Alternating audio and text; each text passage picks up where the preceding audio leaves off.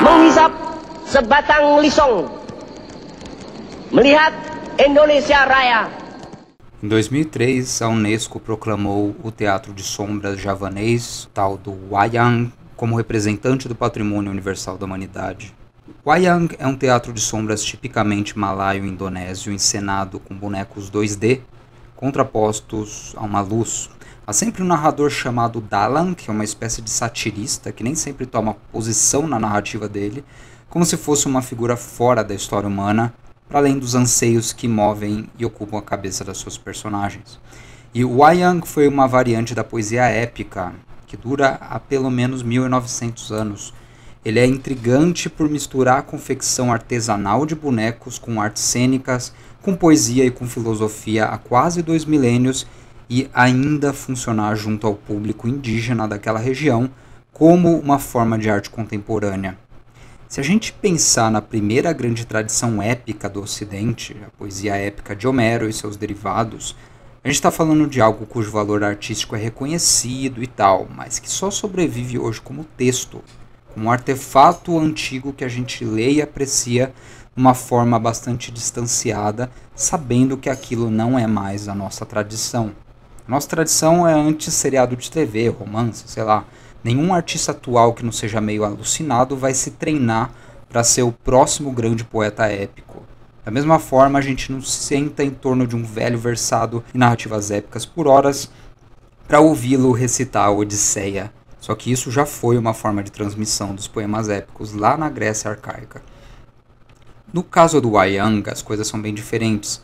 Os indonésios modernos ainda assistem performance de Wayang, mantém diferentes profissões ligadas à construção dos cenários do Wayang, desde fabricantes de bonecos até os músicos envolvidos na performance, fora os narradores dos poemas propriamente ditos, que precisam também de um treino muito específico. Portanto, o Wayang nos liga ao mundo da antiguidade indígena daquele local, de uma visão de mundo animista, passando por uma Java colonizada pelo indo-budismo indiano, depois pelos reinos islâmicos medievais e chega ao período pós-independência, no mundo moderno e secular, e dá conta de unir as características de todo esse caldo cultural complexo, de milênios de história. Para durar tanto tempo, é claro, os artistas de Wayang tiveram que balancear a tradição e a modernidade de uma forma bem-sucedida, de uma forma convincente para o seu público antes de tudo. E o Wayang medieval aprendeu a criticar os disparates dos monarcas de uma forma meio escondida e expressar os anseios populares. E uma variante do Wayang de 1970 foi importante na crítica contra a ditadura da extrema-direita do general Suharto, por exemplo. Então, enquanto romancistas de peso dessa época que eu falei, como Pramudya Anantatur, foram presos, exilados ou assassinados pela ditadura, um dramaturgo como Rendra, sabendo que seria impossível para o governo censurar aquela forma de performance mais antiga e tradicional do seu país, se valeu dela para veicular discussões sobre emancipação popular e luta armada contra os militares.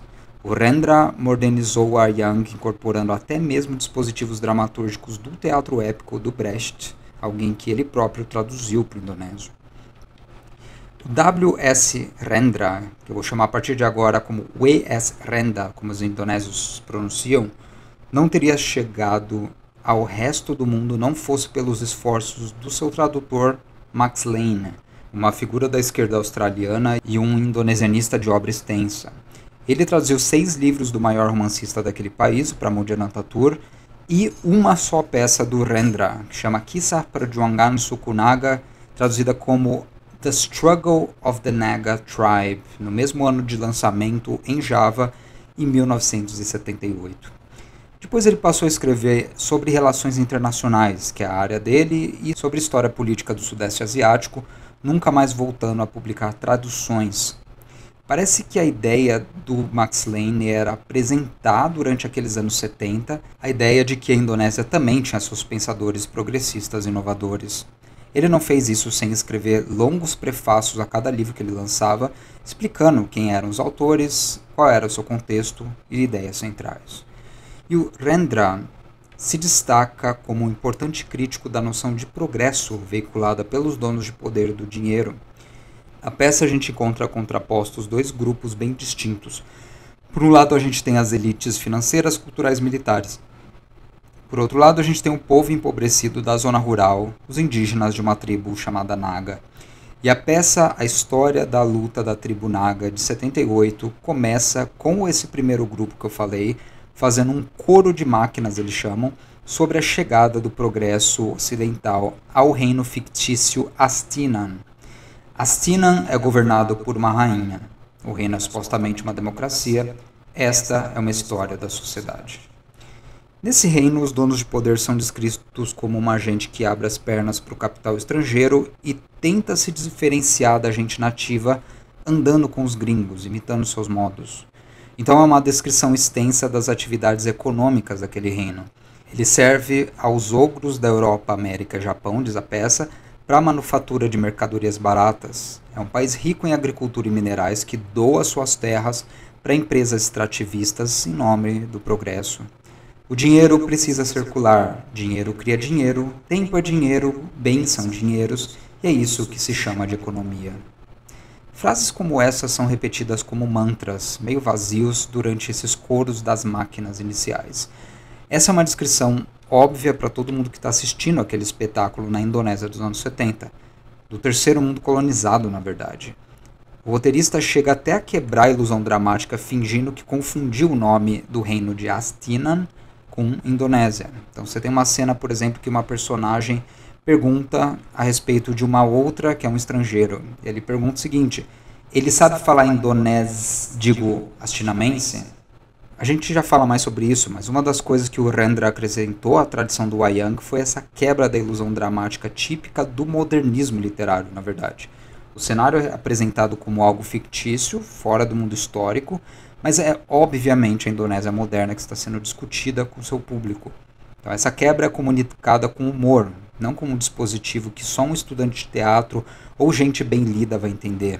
E aliás, as performances do Wayang são assistidas por neto e por avô, por mãe e por filha, por analfabetos e alfabetizados, para todas as classes sociais, e oferece uma mensagem simples, geralmente retirada da mitologia hindu, da forma mais democrática e direta possível. Do outro lado da história, a gente tem a tribo Naga, que é uma dentre várias tribos vivendo uma identidade nacional. A prospecção feita por engenheiros gringos descobre ouro nas montanhas onde esse povo Naga enterra seus antepassados, e por isso o governo logo decreta que a área vai ser desapropriada para a escavação. E o povo Naga então se une com o auxílio de um estrangeiro chamado Carlos, aliás, um sul-americano. Eles se organizam para lutar contra a invasão do próprio governo e das empreiteiras que devastarão suas aldeias, e o roteiro é só isso, simples. Eu mencionei a tribo Naga como heróis da narrativa, como um grupo indígena. E falar de indígenas na Indonésia é falar de uma maioria esmagadora da população de 277 milhões de pessoas.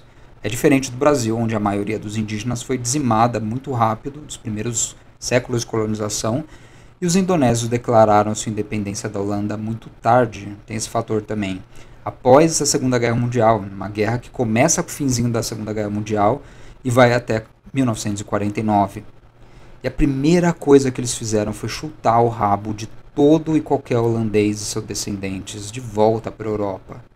Os documentos fundadores daquele novo Estado-nação o declarava como um Estado indígena, multitribal, organizado a partir de princípios de pluralidade e liberdade religiosa, ao contrário da Holanda, que é a inventora do apartheid e do racismo jurídico moderno. Então, consequentemente, não existe um código civil unificado na Indonésia. Você vai ser julgado ou negociar seus direitos com base na tribo em que nasceu e na religião que você escolhe professar, que conta, aliás, no seu RG. Então, leis de divórcio, por exemplo, vão ser diferentes para católicos ou para hindus. Isso mostra algo que brasileiros em geral custam aprender. Indígenas são indivíduos históricos também. Como neto de índio, a coisa que cansa a gente ouvir é que índio deixa de ser ele quando usa calça jeans ou participa do mundo urbano. A Indonésia é prova de que não só indígenas podem participar do mundo urbano sem se dissolverem de repente sobre o asfalto, como também tem formas de organização sociais que são ancestrais e que funcionam no mundo moderno. Até melhores do que as europeias, quando elas estão servindo a população e não foram importadas sem um contexto adequado, sem estudo adequado. Então é por isso que o indígena que usa calça jeans, compra Bitcoin e usa celular de última geração não perdeu sua identidade indígena. Ele faz o que você, negro, branco ou marciano, faz quando vai no supermercado em vez de caçar uma corça pelado na mata. Ou quando você leva sua esposa para um jantar em vez de arrastar a primeira mulher que viu pelo cabelo até a caverna mais próxima. O projeto da Indonésia, tal qual assinado pelo seu primeiro presidente Sukarno e o vice-presidente Hatta, se expressava assim, como eu falei, como um projeto de unificação de 1.300 grupos étnicos indígenas nativos, onde cada uma das 17.000 ilhas indonésias, com suas 740 e tantas línguas, teria um espaço garantido naquele país, unido por uma só língua franca, que é o Bahasa Indonésia, e um governo federal centralizado em Java. A geração que lutou por isso e conquistou essa independência descendo o cacete nos poderes imperiais, que é a geração do já mencionado Pramujanantatur e do W.S. Rendra, 20 anos depois estava expressando uma frustração desconcertante com os rumos que o país tomou. Porque em 1965 o governo americano instalou ali um golpe de Estado, que hoje é bem documentado e público, está nos arquivos da CIA, colocando os milicos no poder.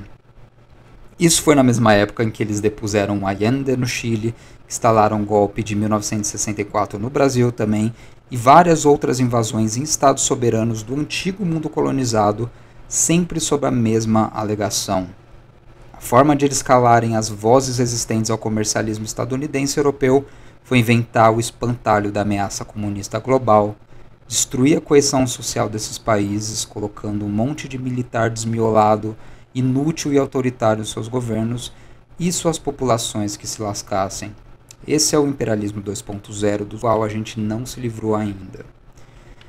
Um dos resultados disso foi, além de mais de 1 milhão de pessoas assassinadas num processo de golpe, as 3 semanas mais sangrentas da história recente, o Estado indígena e autônomo da Indonésia vira um playground para empresas extrativistas, cada qual com suas milícias que somem com o corpo de qualquer jornalista e ou ativista social que queira questionar ou registrar suas ações. A imensa ilha da Sumatra, por exemplo, foi devastada num espaço minúsculo de tempo. No ano da independência indonésia, por exemplo, 87% do território era coberto por floresta nativa. Em 2018, no último censo a respeito disso, o número foi para 49,7%. A lindíssima ilha de Bali foi saqueada pelo turismo desenfreado dos australianos e europeus e hoje é um puxadinho da Austrália, lotada de resorts caros que a própria população não conseguiria ir e praias imundas. Java, que já sofria com terremotos e tsunamis, agora sofre também com poluição de mananciais e aquíferos, com poluição do ar. No EPI de 2020, que é o Índice de Desempenho Ambiental, a Indonésia está na posição 118 de 180 países. O Brasil, para dar um exemplo comparativo, já esteve na posição 30, considerando todo o desmatamento que a gente tem aqui. E com a vinda do Salles, etc., foi para 62 e está baixando ainda mais. Mas, mesmo assim, é incomparável o estrago que foi feito na natureza daquele país. No juízo do Rendra, a Indonésia voltava a ser um país colonizado, portanto. Não mais por um governo colonial instalado, porque nem era preciso mais isso. Bastava que se instalasse um conluio entre uma elite burra e vendida, com tara por estrangeiro, e conglomerados internacionais interessados em estuprar o território nacional para fazer grana. As cenas iniciais da peça do Rendra revelam todas as forças sociais envolvidas nessa decaída, de forma muito sucinta. Há monólogos de intelectuais vendidos, de jornalistas calados pela censura, de militares como o general Srenggi, da rainha e do primeiro-ministro envergonhados de suas tradições indígenas, pagando de ocidentais e usando palavras em inglês meio que fora de contexto, coisas assim. E uma coisa que o tradutor Max Lane pontuou no prefácio da peça foi a defesa dos paradigmas do Wayang para a gente entender a maestria do Rendra. Isso ele fez contrariando muitos críticos contemporâneos à peça que criticaram-na como algo muito simplista. Uma peça que apresenta um cenário de lutas sociais complexas de forma muito preto no branco. É como se capitalistas e militares terríveis estivessem contra camponeses virtuosos, e isso é todo o cenário. Mas o Lane explica. Essa contraposição preto no branco é a primeira coisa que você tem que esperar vendo uma peça que que se propõe como Wayang. Porque a gente está falando de uma modalidade artística pré-historiográfica com 2 milênios de existência, onde a gente tem uma constante. A dinâmica do universo é apresentada como contendo um embate eterno entre forças das luzes contra forças das trevas. E essa é uma dinâmica que você vê em outros textos tão velhos quanto esse, tipo a Bíblia Sagrada, tipo o seu Alcorão. A diferença é que para o universo indígena indonésio, esse embate nunca vai terminar, nunca vai criar uma totalidade nova, não vai ter um céu, um inferno que resolve o problema. O que a gente entende como cosmos seria antes um reflexo desse embate eterno e resoluto entre forças de treva e luz. Às vezes uma está ganhando, às vezes a outra. O Rendra reflete essa visão de mundo na cena 2 da peça já, com uma personagem chamada Abissavan, e ela menciona o seguinte: ontem e hoje, desastre e boa sorte são a mesma coisa. Horizonte para além de nós, horizontes dentro de nós unindo-se à alma. E o narrador da peça, o tal do Dalang, complementa: é isso que chamamos de totalidade. Isso não faz o Rendra ou o Wayang em si recair numa forma de relativismo moral, como se já que o mal tivesse sempre que existir, que não cabe a gente fazer qualquer coisa. Pelo contrário, essa é uma peça de invocação à luta. Mas aqui a gente tem que suspender paradigmas interpretativos ocidentais, entender o fundo filosófico mais elementar desse universo do Wayang, que é muito parecido com o do hinduísmo, aliás. Ao se valer do Wayang, o Rendra já está deixando implícito que há algo de errado na visão de mundo ocidental, capitalista imperialista, para um público que já entende o cosmos daquela forma binária, trevas versus luz. E ele fala que o problema do Ocidente, e o motivo pelo qual ele vai contra qualquer lógica coerente para um sul asiático, é acreditar em promessas totalizantes. O progresso infinito, por exemplo, embora a gente não saiba onde vai chegar com esse progresso. No reino dos céus, na glória divina, a lógica do poder imperial é a lógica mais contrária à da harmonia cósmica que você, espectador da minha peça, já entende, que é o cerne da sua ancestralidade e o caráter real do nosso povo. Mais ou menos isso que o Rendra está fazendo. Então, para nós brasileiros, é impossível chegar à cena 2, que seja, e deixarmos de entender que os capitalistas, os governantes de Astinã, são os vilões da história. Isso é inquestionável. Eles não são só ruins, mas eles são pessoas fisicamente doentes. Então, a todo momento você vê a descrição deles reclamando da gota que tem, que na época era uma doença dos obesos, nunca dos famintos. Outro tem câncer, outro tem gastrite, por aí vai. Então, os intelectuais vendidos estão drogados o tempo todo para aguentar falar um monte de asneira que eles falam em favor do governo. E esse é o oposto da harmonia almejada pela cosmovisão indígena que eu falei, que está a todo momento buscando a harmonia do corpo, da mente, do meio ambiente e da comunidade. Além disso, a solução que os ocidentais especulam para a própria doença é algo interessante. Eles propõem criar hospitais de ponta ao estilo europeu e justificar que isso significa o progresso. Progresso, sem dúvida, é o termo mais repetido durante essa peça e o mais questionado. É uma das palavras-chave, digamos. O que a pergunta a se fazer é: progresso para quem? Essa é a grande questão que subjaz. No caso dos hospitais, o líder tribal Abissavan questiona um engenheiro no final da peça, justamente por que criar um hospital de ponta para cirurgia plástica ou cirurgias complexas seria mais progressivo do que usar a mesma grana para criar 50 hospitais menores que serviriam a um povo igualmente desprovido de serviços públicos básicos. E o engenheiro não sabe responder por quê. O questionamento do conceito de progresso ocorre numa cena chamada Osnaga. Na boca da personagem Abissavan, o progresso é expresso a partir de um conceito de harmonia, de respeito à ancestralidade e de prevenção de desastres para gerações futuras, inclusive desastres naturais, mas não só. E ele fala o seguinte: um lavrador progressivo é aquele que ama a sua terra. Um lavrador progressivo é aquele que é capaz de proteger os demais lavradores. Um lavrador progressivo é alguém que pode fazer sua própria vila prosperar. Um lavrador progressivo é aquele que prontamente descobre novas plantas e novos meios de proteger seu ambiente. Ambiente no sentido mais amplo, não só a natureza, a ecologia, quanto sua vizinhança, né? Peças de Wayang, por terem um forte apreço pela ancestralidade e histórias dos antepassados, têm personagens estanques, personagens fixas. E aqui o Rendra rompe com essa característica, modernizando-as. Então, os vários tipos de wayang se baseiam nos bonecos que você tem no seu repertório, você como artista. Então, você tem uma modalidade, por exemplo, chamada Wayang Purwa, que trata de histórias épicas indianas das épocas Mahabharata ou do Ramayana. Tratam-se de obras imensas, com centenas de personagens, mas um grupo de artistas que querem encenar essa modalidade vai ter que comprar ou mandar fazer cada uma das personagens que tem características equivalentes às personagens dos livros. Então dá pra gente fazer um paralelo às personagens bíblicas do teatro dos jesuítas, por exemplo.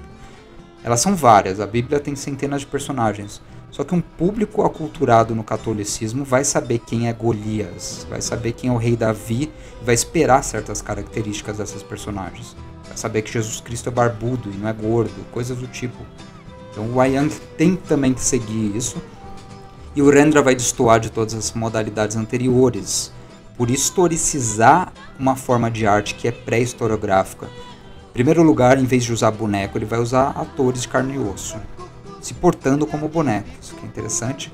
E essa é uma peça que poderia muito bem ser apresentada como um teatro de sombras com os bonequinhos, só que nenhuma gravação que encontrei na minha pesquisa tem montagens desse tipo, todas usam pessoas. E suas personagens não são os heróis eternos do Mahabharata, não são figuras estanques. Antes, as figuras representadas do poder popular do povo Naga são Abhisavan, Abhivara, Supaka. Elas são invenções do autor e todas elas têm nomes sugestivamente sânscritos, como se remetessem a esse universo do mito indiano, sugerindo que só quem se imbuir de virtudes míticas daria conta de salvar a Indonésia de sua ditadura militar. E as figuras que pertencem ao lado da infâmia dos inimigos se chamam Mr. Joe, Big Boss, em inglês mesmo, Coronel Sreng, ou têm nomes genéricos ligados aos seus cargos. É o engenheiro, o primeiro-ministro. Então, ao resistir a individualizar essas personagens, fazendo-as representar classes ou forças sociais, o Rendra está também aliando uma tradição milenar do teatro de wayang ao teatro épico do modernismo, a Bertolt Brecht e Erwin Piscator. Teatro épico parece ser uma categoria-chave para a gente explicar como o Rendra ainda é relevante para brasileiros, não só para quem está imerso naquela cultura indígena do outro lado do mundo. E eu vou abrir um parênteses aqui rápido e a gente já volta para o Rendra. My name is Bertolt Brecht. I am born in Augsburg, Germany. Teatro épico é ligado a Brecht. Brecht é um escritor alemão ativo durante os anos de 1920 até 1950, sobretudo. Ele produziu durante a República de Weimar, se exilou durante os anos do nazismo por ser um membro do Partido Comunista, foi para os Estados Unidos como exilado, se estabeleceu, de lá ele foi deportado logo em seguida por ser um membro do Partido Comunista e morreu na Alemanha Oriental em 1957. E o Brecht foi um reformador importante do teatro, sobretudo com o conceito de teatro épico e com a noção de Verfremdungseffekt, que é o efeito de estranhamento, tem tudo a ver com a dramaturgia do Rendra. E ao falar de teatro épico, a gente está misturando duas categorias que, a rigor, são inconciliáveis. Existe drama, lírica e épica como três formas primordiais de literatura previstas no primeiríssimo texto de teoria literária do Ocidente chamado A Poética, escrita por Aristóteles. E o Brecht de fato reconhece que todo o teatro até a época dele foi a rigor um teatro dramático. O dramaturgo tem a função de contar uma história, o espectador vai para o teatro para ser movido pela ilusão criada por essa história. A temporalidade do drama é o presente imediato. Você tem que acompanhar cena a cena atentamente o desenrolar do destino das personagens que estão sendo apresentadas lá no comecinho, no ato 1, e você sabe que todas as complicações que vão ser apresentadas no decorrer da peça vão servir a um desfecho. Elas vão montando-se como um bloco para chegar a um desfecho sobre essa personagem. Esse desfecho pode ter um efeito bombástico, transfigurador, cheio de sangue, traição, emoções fortes, como no caso da tragédia, ou risada e deboche, no caso da comédia. É assim que o teatro funciona, e muito bem desde a antiguidade, que ele funciona até hoje, aliás, e que criou personagens e lições eternas para a nossa cultura. Para explicar a proposta dessa nova dramaturgia, do teatro épico, não dramático, O Brecht escreveu um ensaio breve em 1938, que eu vou resumir aqui porque ele é o mais sucinto para explicar a ideia. Ele chama de Straßenszene als Modell für episches Theater e diz o seguinte: há uma forma primitiva que eu proponho para o teatro épico. A cena de um acidente de trânsito sendo observada por transeuntes curiosos. Então, no Brasil deve ser como na Alemanha da época. Basta ter um acidente de carro que todo mundo para ver. As pessoas nem sabem por que elas fazem isso. Elas fazem por sadismo, por exercício de compaixão ou por curiosidade mórbida, mas tanto faz. As pessoas param, se questionam sobre o que aconteceu, dão sua opinião para o cara que está do lado, julgam os motoristas, a pessoa atropelada, daí vão contar suas próprias histórias de acidentes, vão falar mal do sistema de sinalização, qualquer coisa.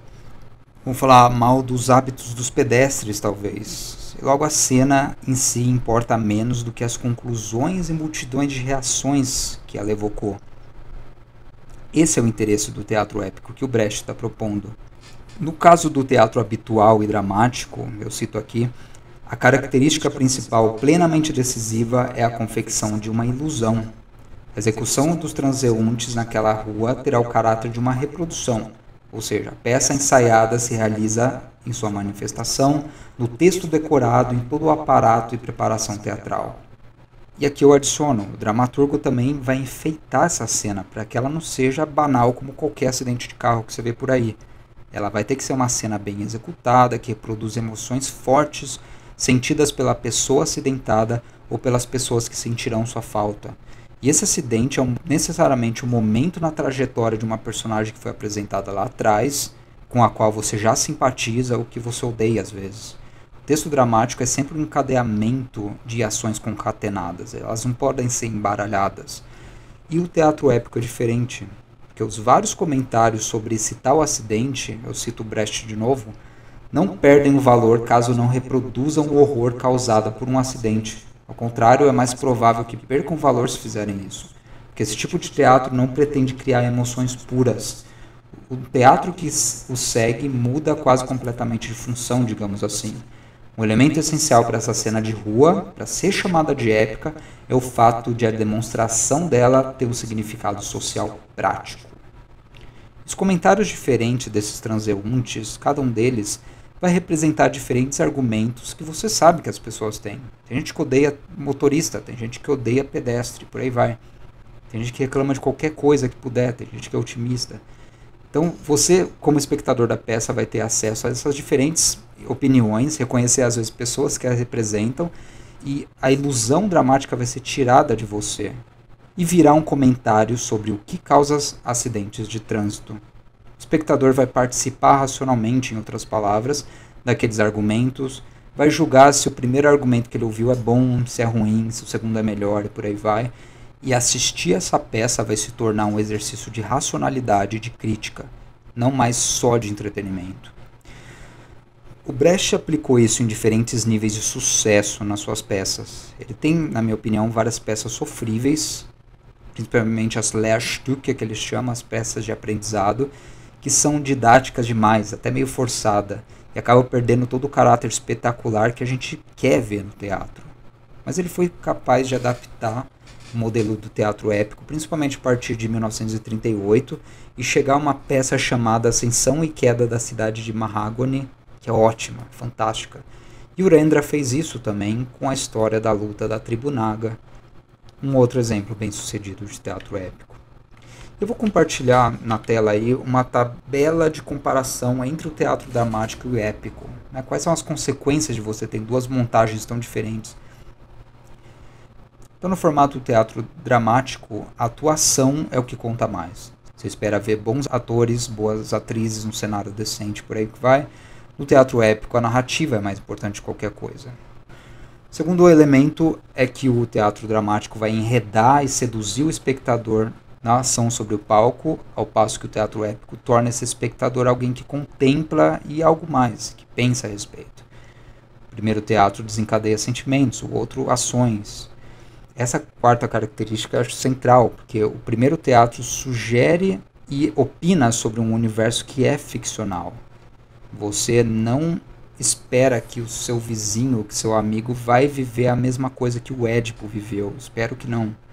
Você não está assistindo aquilo para tirar lições sobre a vida necessariamente. Você está ali para imergir nesse universo ficcional. O teatro épico antes vai ser um argumento e uma reflexão sobre o mundo real, palpável das pessoas. Uma derivação desse elemento é o fato de que as pessoas, personagens, elas estão pressupostas como conhecidas. Então, Hamlet, por exemplo. Pessoas que assistem Hamlet no teatro pela primeira vez já ouviram falar sobre quem é Hamlet.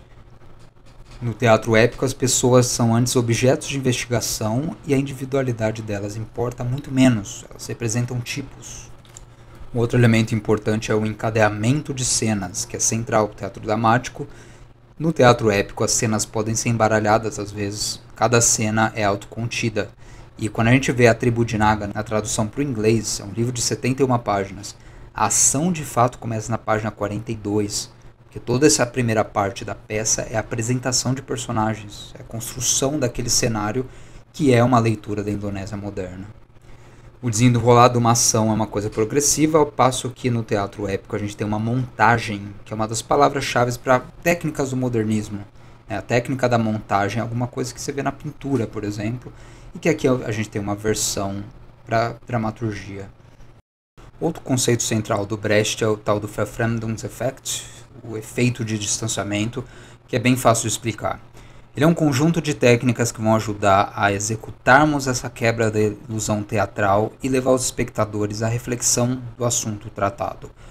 Cenas intercambiáveis é uma dessas técnicas, e ela está no Rendra. A sátira das coisas sagradas, tipo hierarquia social, idem. O final aberto das peças, algo que é constante no Brecht, também está no Rendra. A última cena, isso não é dar spoiler, é a cena em que, de fato, os indígenas Naga vão enfrentar as empreiteiras e o governo. Você não sabe o que vai acontecer. Porque aquilo não estava resolvido nem na sociedade indonésia. É algo que ainda deveria acontecer. A figura de um narrador épico que controla a narrativa e questiona as personagens, às vezes tirando o sarro delas, mesma coisa. Isso está não só no teatro épico indonésio, como está no Wayang desde o ano 100, depois da Era Comum. A falta de interesse em criar identificação entre espectador e personagens parece ser outra coisa que parcialmente a gente vê no Rendra. A identificação está sempre com as lideranças indígenas, nunca com a outra metade do cenário. Aqui o objetivo não é você, como quem vê Shakespeare, se identificar com a Ofélia, ou torcer pelo Hamlet, ou odiar a injustiça do rei Lear em relação à sua filha mais nova. Aqui você nem se lembra direito do nome das personagens, porque você sai do teatro imerso em reflexões sobre o tema mais amplo, que é a Alemanha na época do nazismo, no Brecht, que é a Indonésia na época do Suharto, no Rendra. E aqui a gente está pensando no Brecht como modernista. Existe um princípio que une os vários modernismos no mundo, embora eles sejam tão diferentes entre si. Ele é um princípio que diz: não nos contentemos com a pretensão epistemológica dos realistas, que achavam ser capazes de interpretar o mundo de forma pura com os novos avanços das ciências biológicas da sociologia do século XIX, e não nos contentemos com a loucura alienante dos românticos, ou com a servidão dos neoclássicos para as regras da arte. A realidade cotidiana é produto de interpretações, os modernistas vão dizer. E como as mídias de massa no século XX já estão mostrando para eles a forma como as pessoas interpretam o mundo, quais conspirações elas vão acreditar e quais vão povoar seus pesadelos, quais desejos de consumo elas vão enfiar na cabeça e moldar seus comportamentos sociais, tudo isso é produto de uma experiência estética. Isso precisa ser ensinado para elas. A literatura moderna tem que dar conta de criar lentes para um novo mundo, melhor que aqueles que os veículos massificados estão criando, antes que seja tarde demais. E na era em que o WhatsApp venceu uma eleição no Brasil, a gente consegue entender bem esse cenário. O que está em questão é discutir com rigor se as artes têm mesmo esse poder de alterar a mundividência, e se sim, como. E o Rendra deu a própria resposta dele. Ele soube interpretar a relevância do longínquo modernismo europeu, que não tinha nada a ver com os indonésios, como algo que começa com a popularização do rádio e acaba com o nazismo. Para ele isso foi algo revelador, porque até então o mundo nunca tinha mudado tão rápido. Nunca as pessoas tinham sido levadas e ludibriadas a fazer tanta merda por causa de ideologias que tinham acabado de surgir. Portanto, a literatura podia ser mais uma tecnologia midiática que provaria seu poder de alterar o comportamento humano de forma racional. Na era da internet, Rendra e Brecht, portanto, são muito atuais. A gente pode questionar se esse modelo de teatro épico funciona de fato ou é uma pretensão de um dramaturgo apaixonado demais pela sua arte. Ou se é consequência até do socialismo de velha guarda do Brecht ou do indigenismo do Rendra, que crê numa predisposição do povo oprimido à sua própria libertação e pressupõe filósofos e artistas como porta-vozes dessa mensagem libertadora. Isso é algo que os artistas, professores e por aí vai têm que formular hoje em dia também. A minha impressão é que essa questão ainda precisa ser respondida e divulgada no nosso contexto. Rendra foi preso semanas depois de lançar sua peça, sem direito a julgamento, em 1978, pouquinho depois do Max Lane traduzir e lançar sua obra-prima. No mesmíssimo ano, a Indonésia afundou numa crise econômica, curiosamente. O progresso, entre aspas, e ocidentalização criticada durante toda a peça pela tribo Naga contra a rainha e o governo da Astinan ficcional provou ser desastrosa para a Astinan real, a Indonésia. Essa peça envelheceu bem, digamos, porque serviu de uma previsão de um desastre instalado que realmente se realizou. As objeções que o Rendra faz à privatização de tudo que é nacional para o capital estrangeiro, da exploração desenfreada da natureza, etc., ainda são objeções relevantes que são exploradas pela literatura indonésia contemporânea. Então, uma das minhas preferidas, a autora Ayu Utami, num livro chamado Saman, de 1998, trata da exploração das matas da Sumatra um ano depois de outra crise famosa, a tal da crise dos tigres asiáticos, e faz no melhor espírito do Rendra. Então, ler essa peça sobre a tribo Naga também é uma forma da gente entrar num primeiro contato com uma tradição alternativa de literatura engajada, ainda vigente naquele país, e serve como uma porta de entrada para a grande tradição crítica das artes indígenas do Sudeste Asiático. Sugestões de leitura, claro, vai ser a própria peça do Rendra. Ela está traduzida só para o inglês. Vocês acham como The Struggle of the Naga Tribe, pelo Max Lane. Foi lançada em Nova York pela St. Martin's Press e está disponível em PDF aí pelas internets. O Rendra, como quase tudo de literatura indonésia, não existe em língua portuguesa. Isso vai mudar em breve, mas por enquanto nós temos os esforços principalmente de australianos e tradutores de Singapura, por incrível que pareça, passando as obras para o inglês, e editoras como a Lontar e a Equinox, publicando material de lá em inglês a preços bastante acessíveis. Sobre o teatro épico tem um bocado de material, mas eu ressalto aqui o trabalho da Iná Camargo Costa.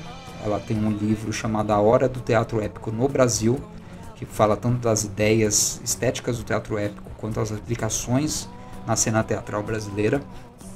Esse é um livro de 1996, mas tem uma reedição bastante recente pela Expressão Popular. E tem um DVD que circula por aí chamado Brecht no Cinema, com uma entrevista bem longa com a própria autora. Isso está no YouTube num link que eu deixo aí na descrição do vídeo. Mais sobre o teatro épico, a gente tem o Anatol Rosenfeld, num texto bastante clássico chamado O Teatro Épico mesmo. Tem uma edição recente de 2010 pela Perspectiva. E ele chegou a lançar um texto um pouco maior chamado Brecht e o Teatro Épico, também pela editora Perspectiva. E os próprios textos teóricos do Brecht estão parcialmente traduzidos para o português num volume chamado Estudos sobre o Teatro, da editora Nova Fronteira, 2005. Tem uma versão completa disso para quem tem mais paciência e quer se aprofundar mais, que está em 2 volumes, chamado Diário de Trabalho 1 e 2, lançado pela Rocco em 2005 também.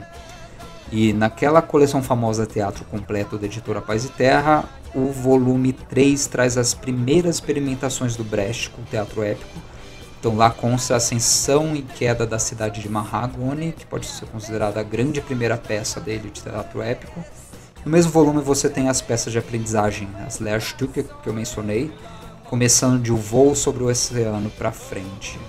E por fim, A Boa Alma de Sichuan, uma peça de 43, é uma peça bem encenada aqui no Brasil e em Portugal, funciona muito bem nos palcos e foi magnificamente escrita, era a minha recomendação. Eu termino com um trecho de uma montagem brasileira, com a direção do Marco Antônio Brás, realização do NIA Teatro e do Mesa 2 Produções. Você acha que tem possibilidade? Se tiver médico com a mão quebrada, Eu acho que tá inchada desse jeito. Será que dá uma pensão vitalícia? Para isso, antes de tudo, você vai precisar de uma testemunha. Mas vocês todos podem testemunhar, viram muito bem. A senhora viu, não viu? Eu não quero nada com a polícia. Eu tava olhando pro outro lado. Ela viu, claro que ela viu. Que eu vi que ela viu. Ela tá com medo, porque o barbeiro tem muito prestígio. Eu já fui fichado 2 vezes por mendicância. Meu testemunho só vai prejudicar.